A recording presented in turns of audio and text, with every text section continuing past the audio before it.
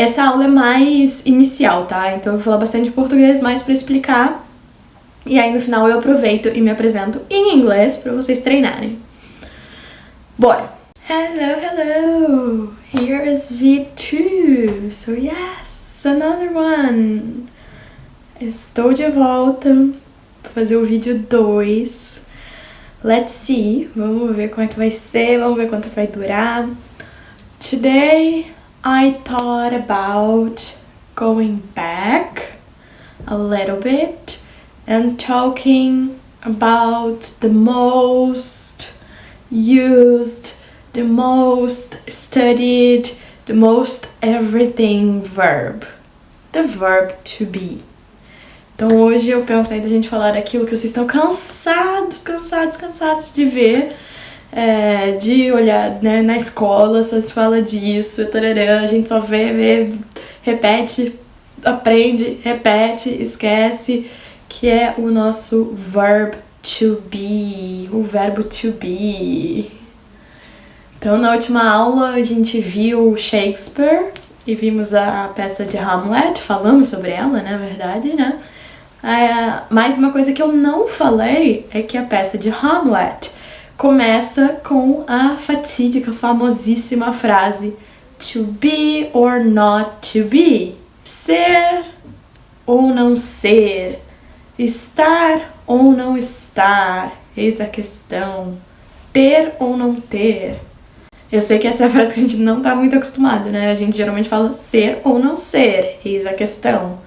Mas, para quem já aprendeu um pouquinho, não é a primeira vez entrando em contato com esse verbo, vocês sabem que o to be também é o verbo estar. E digo mais, tá? If you're an English teacher watching me, calm down. That's not a traditional class. So, let's ignore what I'm gonna say next. Então, digo mais. O verbo to be, ele não é só ser e estar. Ele também é, por exemplo, o verbo ter, entre outros. Claro que isso não é uma visão tradicional do verbo to be, não é uma tradução ao pé da letra. I am going to explain in a bit. Já vou explicar daqui uns segundinhos. Bear with me. So, let's go to the traditional meaning. Ser e estar, right? So, in English, these two verbs are the same. Então, no sentido mais tradicional, na tradução direta, em inglês, esses dois verbos, ser e estar, vão ser o mesmo verbo, ou seja, verb to be. So, what do we use it for? E para que a gente usa, né, esses verbos? For example, hi, I am a teacher. But I am also a translator, a writer. I have been working since I was 14.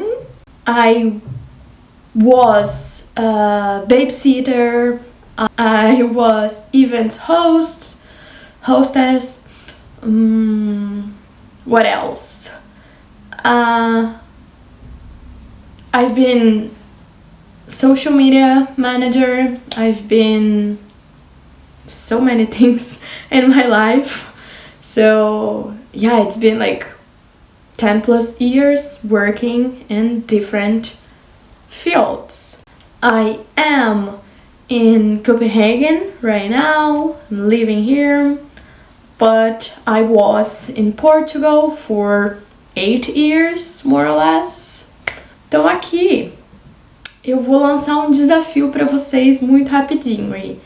30 segundos para vocês se apresentarem sem usar eu sou, ou eu estive, ou anything like that.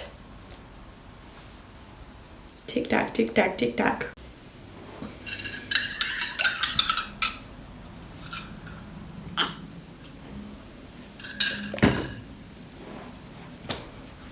It is hard, no? It's almost impossible. É difícil, não é? Pra mim é quase impossível a gente se apresentar sem falar, tipo... I am a teacher, né? Eu sou professora, ou I am a writer, né? Eu sou escritora, or I am Brazilian, eu sou brasileira. Então é praticamente impossível a gente se apresentar falando sem usar o verbo to be, né? Eu sou brasileira. Eu tô na Dinamarca. Eu tô não sei o que. Eu tô gravando um vídeo. I am recording, né? Então, a gente sempre usa o ser ou o estar para falar das nossas coisas. Ele é muito usado even in português, mesmo no português. Então, yes, I know it's not the most fun and exciting thing. Eu sei que não é a coisa mais divertida, animada, que a gente cansa de estudar o verbo to be, mas ele é, assim, de longe, o verbo mais importante do inglês. E por isso que a gente estuda e vê ele tanto e repete tanto. Então, se você nesse desafio falou qualquer coisa como sua profissão, a sua idade, se você tem falado sua nacionalidade, qualquer coisa assim, você provavelmente teve que usar o ser e o estar, você provavelmente teve que usar o verbo to be, certo? E talvez até vocês usaram tipo, I like, for example, I like skating, eu gosto de andar de patins, I like hiking, eu gosto de fazer trilha, etc. O like a gente usa bastante também, mas é um verbo mais tradicional.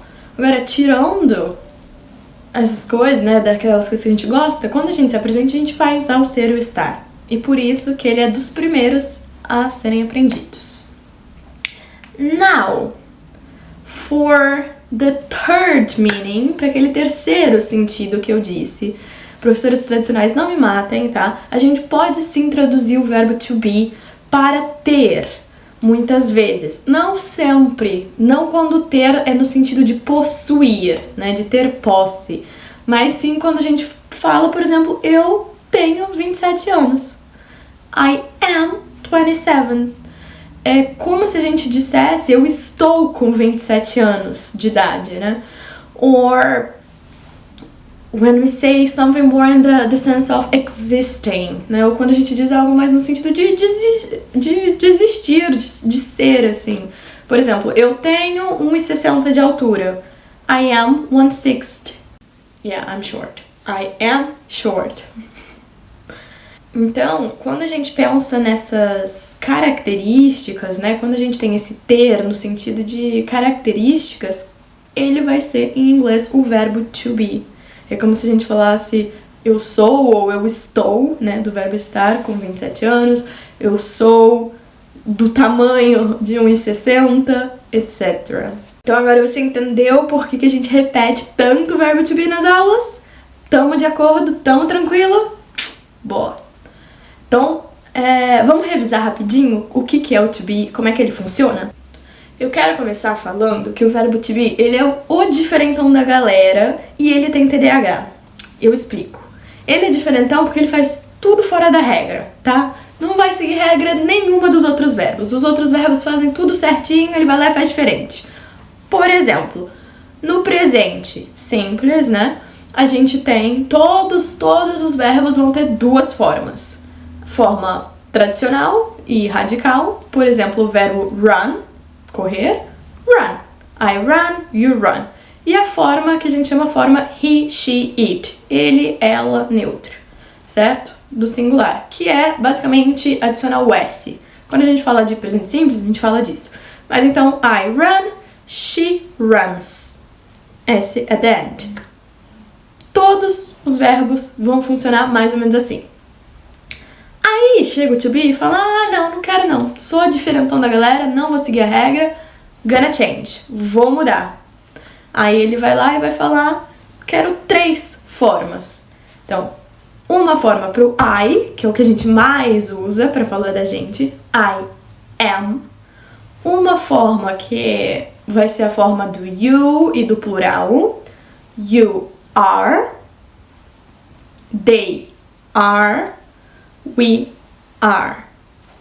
E uma forma do he, she, it. She is, he is, it is. certo? Então, em vez de 2, ele tem 3 no presente. E aí, quando a gente vai para o passado, os verbos tradicionais todos têm uma forma de passado. Por exemplo, o verbo do fica did, para todo mundo. I did, you did, she did, they did, we did, blá blá blá. Did para todo mundo, segue ali a regrinha. Aí chega ali o verbo to be e vai querer ser diferentão. Fala assim, todo mundo tem uma, quero 2. I wanna two. Simples assim. Então ele vai ter uma forma pro singular e uma forma pro plural. Então a forma do singular vai ser was. I was, she was, it was, he was. E aí a gente vai ter a forma do plural, digamos assim, que é o were. You were, they were, we were, etc. Agora, vocês podem perguntar, tá, mas teacher, o you, o tu ou você, ele não é singular também? Yes and no, tá? O you, em inglês, ele pode ser tanto você, you, singular, quanto vocês, plural, certo? Aqui a gente só vai saber dependendo do contexto. Então, quando a gente fala you, por ele poder ser também plural, ele vai encaixar nesse grupinho do plural. Então a gente não fala you was, a gente fala sempre you were, tá? É muito comum, por exemplo, quando assim essa dúvida com as pessoas falando, etc. E aí, em vez de, se elas não querem falar com uma pessoa só, ou querem falar, a gente fala you guys, y'all, que vira y'all, que é you all, né? Or you guys, or just guys, girls, pra substituir o you plural, certo? Só bem rapidinho. Verbo to be, no presente, 3 formas. I am, she is, they are. No passado, 2 formas, que é I was, she was, and they were, you were. Alright. E o futuro, teacher? O futuro é um pouquinho mais simples, digamos assim, para pensar. Vai ser will be. I will be, you will be, she will be, tarará. Então vai ser will be para todo mundo, auxiliar o will mais o be e a gente faz. Então isso aqui a gente tá falando das formas simples, tá? Presente simples, passado simples e futuro simples.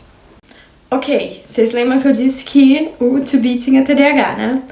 Então, ele começa fazendo de um jeito, aí ele esquece, muda, faz de outro, cria mais formas, ou quer fazer tudo ao mesmo tempo, e nessa de querer fazer tudo ao mesmo tempo, ele acaba realmente fazendo tudo. Então, ele faz 2 verbos do português, e além disso, ele é um super verbo auxiliar. Fora tudo isso que a gente já viu, então, ele agindo como 2 verbos, ser e estar, fora ele querendo auxiliar todo mundo ao mesmo tempo, né? Ele também esquece de pedir ajuda, de fazer uma coisa, vai para um lado, vai para o outro.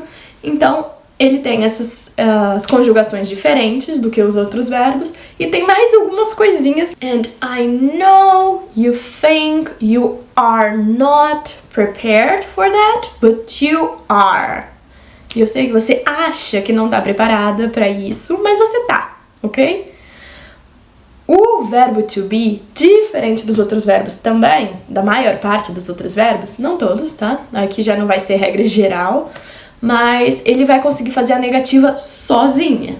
Por exemplo, quando eu falo you are not, né? Você não está, ou você pensa que não está, a gente pode falar you are not. Por que eu digo isso? Porque, por exemplo, se você lembra como a gente fala assim, eu não gosto de maçã, né? A gente tem que falar I do not like. A gente usa o do como auxiliar, virando don't. I don't like apples. I don't like. A gente precisa desse auxiliar para fazer a negativa.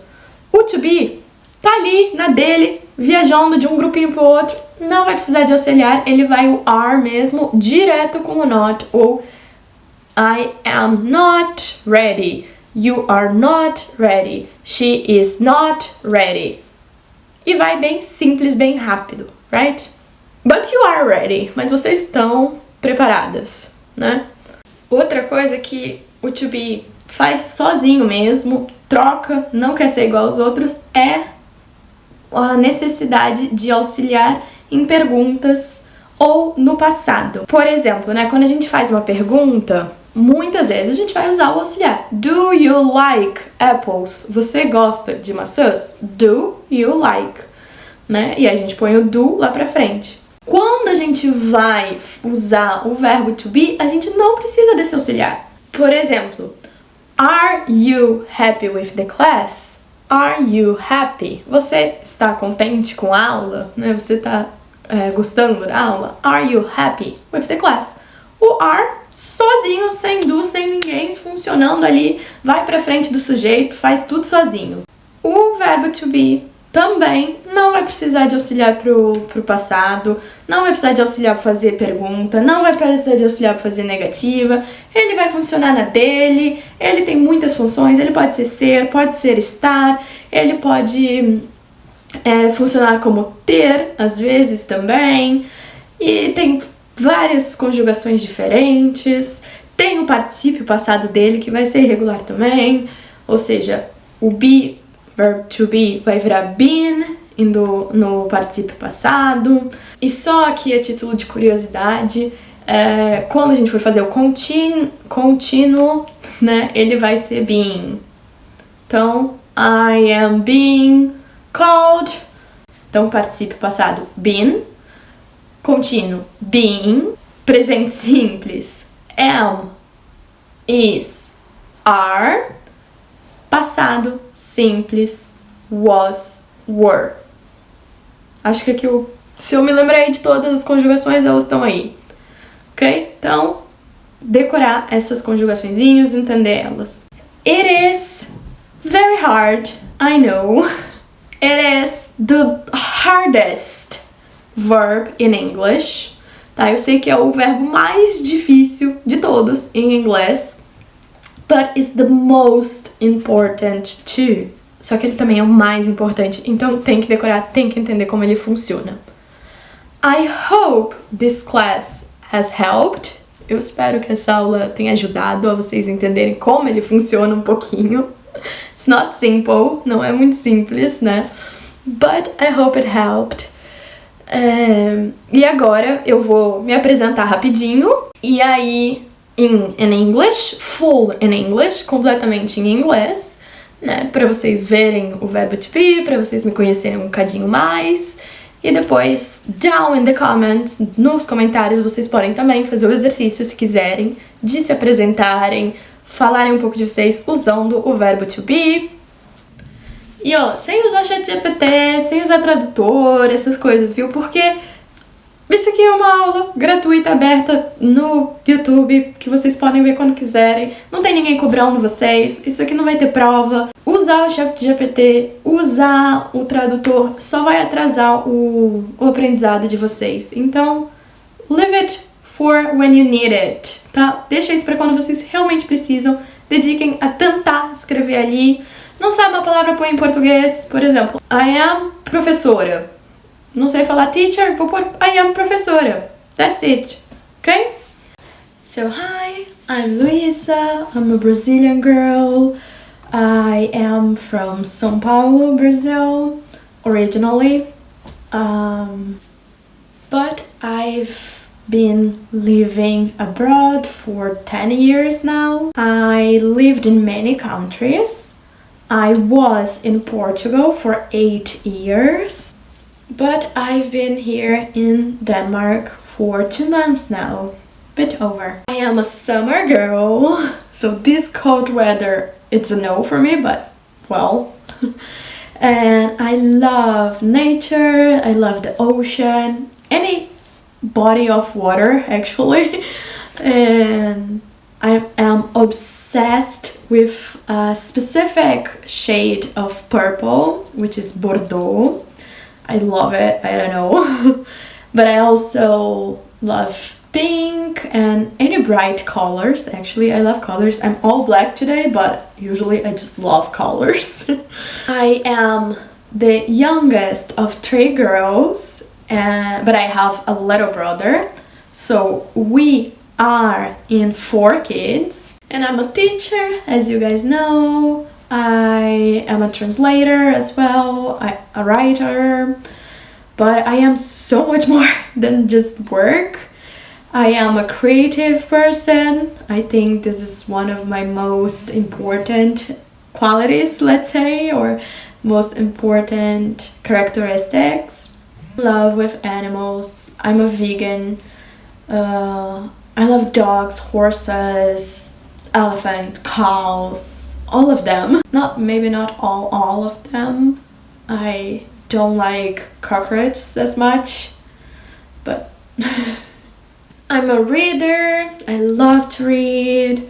I'm reading so many books in different times, but sometimes I just stop reading. It comes and goes.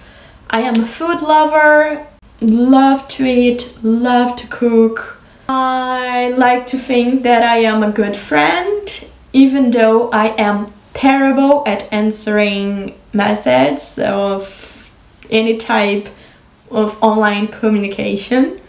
But I swear I am a good friend, and when we meet, we talk for hours, or I try to be a good friend. I'm a short person. I am 160 meters. I don't know anything about feet. I don't know how much is a feet, 2 feet, 3 feet. I'm Brazilian. I use metric system. I speak Portuguese, English, French. I understand Italian, Spanish, and I am learning Danish now, which is super hard. I am trying to get better at fitness, so doing more exercise.